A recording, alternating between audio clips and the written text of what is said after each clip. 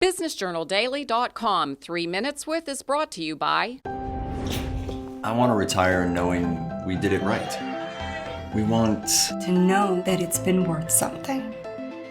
It's worth everything. Be intentional about your worth. Farmers National Bank Wealth Management. We definitely look at what we call the warning signs or the risk factors.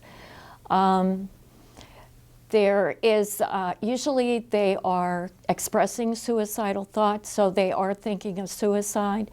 It is a myth that people talk about suicide, really aren't going to follow through. That is your first risk factor. If they're engaging in any kind of substance, addiction, that is another issue. If they have hopelessness, that things are not going to get better, they feel helpless about what to do. If they are thinking that everything is a burden, that they are better off dead than alive to their family, that they're creating a problem for their loved ones. If they are feeling that there are no other options. So we call that tunnel vision.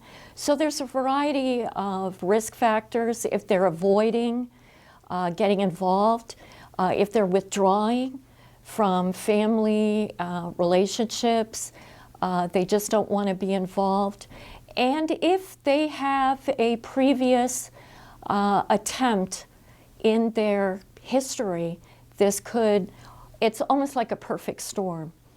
All of these things could be prevalent throughout the year, but when they all come together and converge into that perfect storm, that's when people start to think and plan seriously about dying by suicide.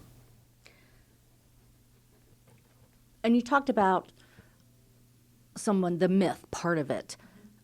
How important is it if someone even says I'd be better off dead, or a lot of times people say, oh, they're just seeking attention. How do you address that? I always say, don't we all want attention? It's very important.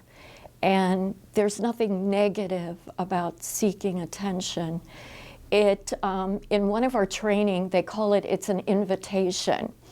That this person is inviting you in, and they're hoping, are you the one that's going to be open to listen and respond?